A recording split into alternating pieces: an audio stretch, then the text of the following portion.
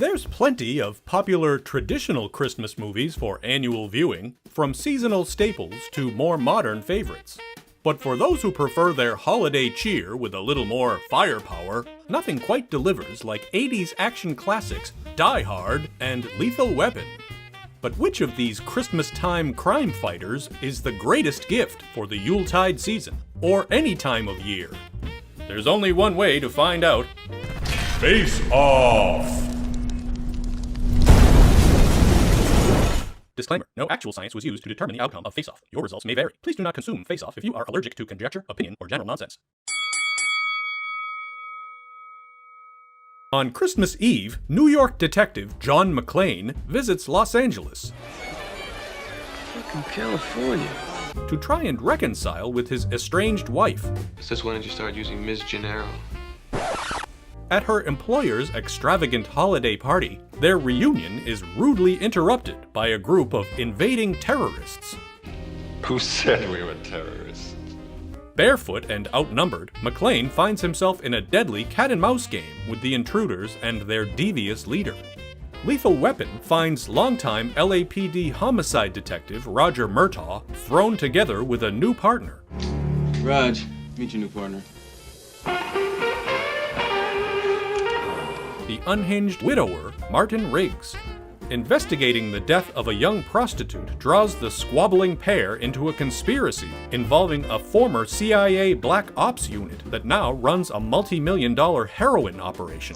We have a shipment of merchandise to deliver. Why don't you guys just call it heroin? This round goes to...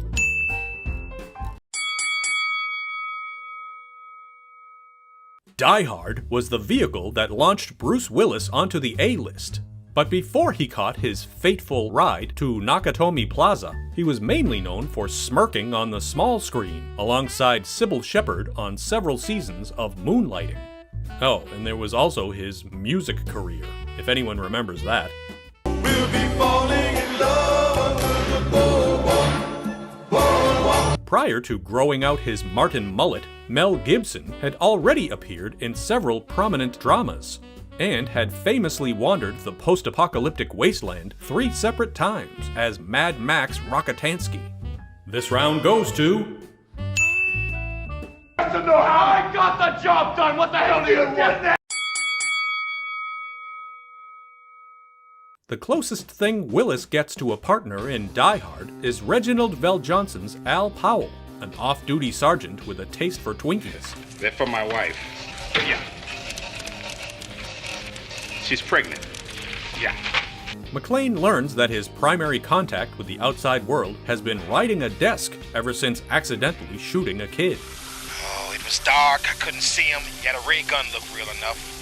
Gibson's loose cannon gets partnered with Danny Glover's detective Roger Murtagh, a fellow Vietnam vet who's now on the cusp of retirement because he's too old for this shit.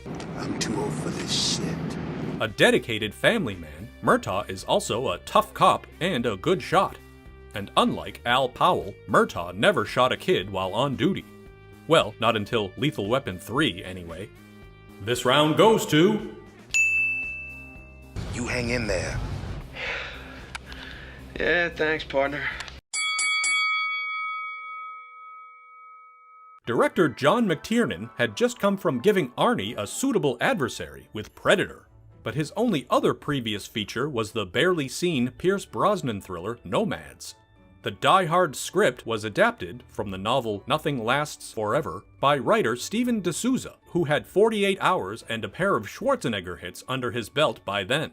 In addition to a ton of TV work, by the time he got his mismatched Lethal Weapon cops together, director Richard Donner had given us youngsters who were either adventurous or the Antichrist. And he made audiences around the world believe a man could fly. Lethal Weapon might have been Shane Black's first produced screenplay, but it set him on a path to becoming the highest paid screenwriter in Hollywood history. This round goes to...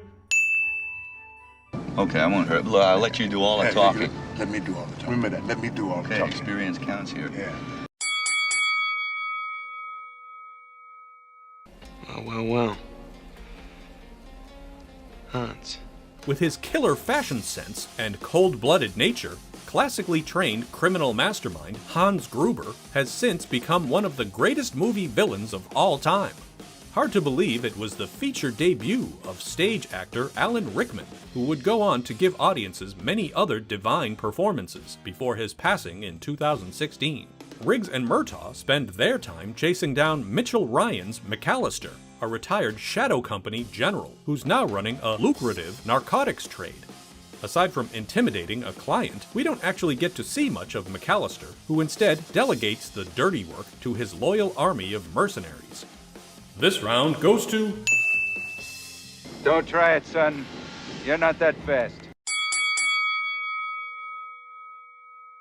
Hans Gruber's right-hand man is Carl, played by statuesque ballet dancer Alexander Godunov. Carl spends much of the movie hunting down McClane, seeking revenge for the death of his brother. One blood, you'll have it. Besides Carl, Hans has tech guy Theo, and a group of disposable goons, including ubiquitous stuntman Al Leong. No one kills him but me. McAllister's second-in-command is Mr. Joshua, a simmering psycho played by a gleefully menacing bleach blonde Gary Busey. He's effectively the movie's main baddie, making things personal by going after Murtagh's family. You got my kid. Besides Joshua, there's also a group of disposable goons, including ubiquitous stuntman Al Leong. This round goes to... Mind if I test drive your Audi?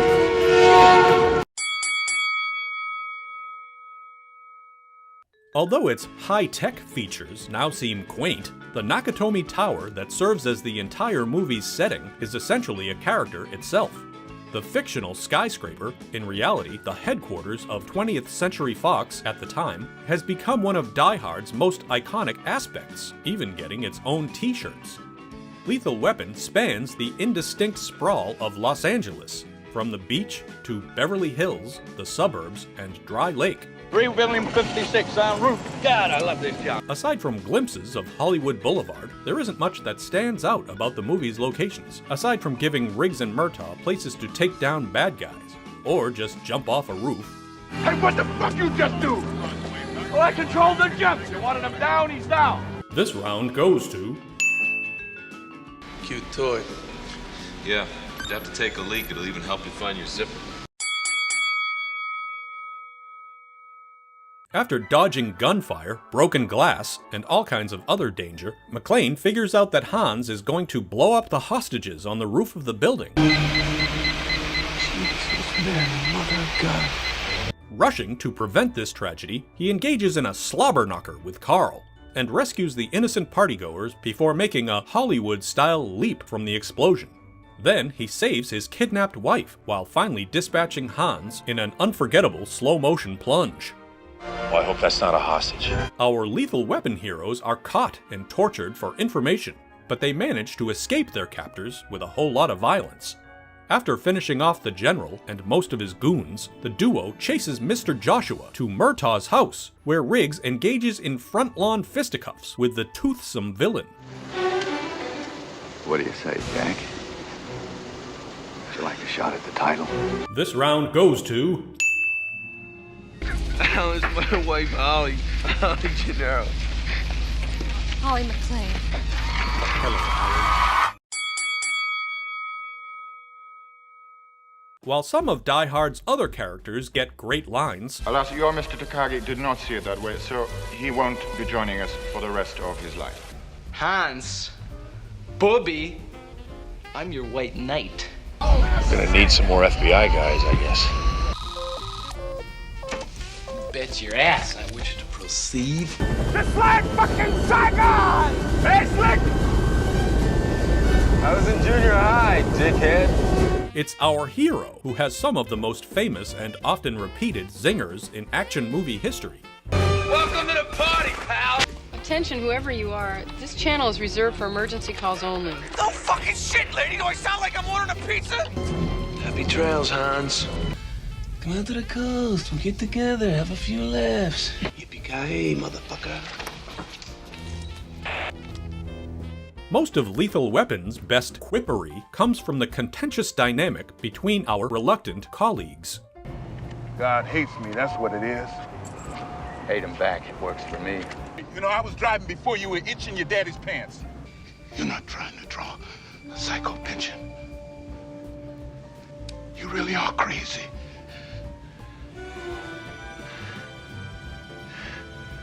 I'm hungry.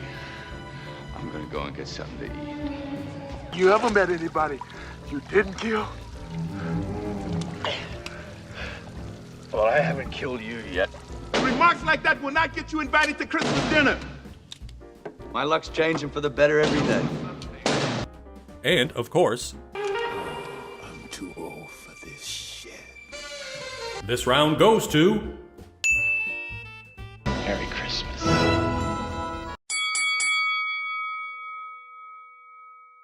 It's Christmas, Theo. It's the time of miracles. Aside from McClane's seasonally named wife, Holly, Run DMC's now classic Christmas in Hollis, You got any Christmas music?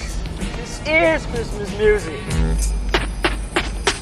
and the corporate celebration that serves as the story's backdrop, Die Hard does not rely too heavily on the holiday, although it does offer some inventive decorations. Now I have a machine gun. Ho, ho, ho. While the Christmas setting was in the source novel, retaining it for the movie was insisted by producer Joel Silver, who had also made Lethal Weapon the previous year, and discovered there would be extra residual checks from annual December TV airings. The true spirit of Christmas, capitalism. Lethal Weapon kicks off the holiday cheer with the radio standard Jingle Bell Rock, and features a gunfight in a Christmas tree lot. The LA setting may not have the standard seasonal snow, but plenty of background decorations remind you it's the most wonderful time of the year. Tell me, what day is it? What the? Goddamn Christmas! Both movies touch on themes of devotion and redemption, but one has a stronger focus on family, with Riggs going from suicidal over the loss of his wife to basically being adopted by the Murtaghs, which feels more like a Christmas miracle. You think I'm gonna eat the world's lousiest Christmas turkey by myself? You're crazy. I'll tell you a little secret. What? I'm not crazy. This round goes to... Hey, Mike. Keep your hands away from your pocket, okay? Take it easy, man. Fuck easy.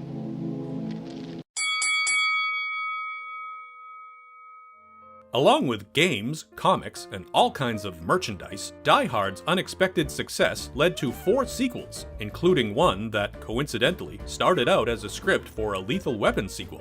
The movie's high concept of a crisis in a primary location also quickly became Hollywood shorthand, leading to countless variations like Die Hard on a bus, Die Hard on a plane, Die Hard on a ship, Die Hard on Alcatraz, a mountain, a hockey rink, and even the White House, ultimately circling all the way back around to Die Hard in a tall building. On top of its considerable influence on all action movies that followed, Die Hard was also deemed culturally significant enough to be preserved in the National Film Registry of the Library of Congress. Lethal Weapon may not have invented the buddy cop genre, but it undoubtedly refined the formula, and inspired an endless stream of comedies and action movies centering on a bickering, mismatched couple. The movie's popularity kicked off a franchise that included 3 sequels and a TV series, and writer Shane Black has applied similar sensibilities to pretty much everything he's done since. This round goes to...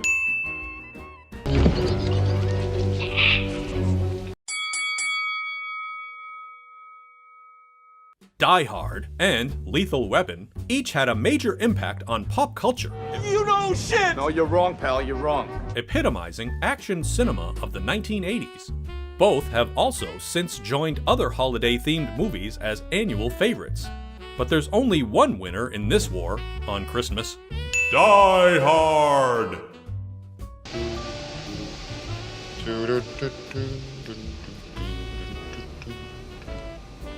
Let us know your thoughts. Leave a comment in the comments. And thanks for watching.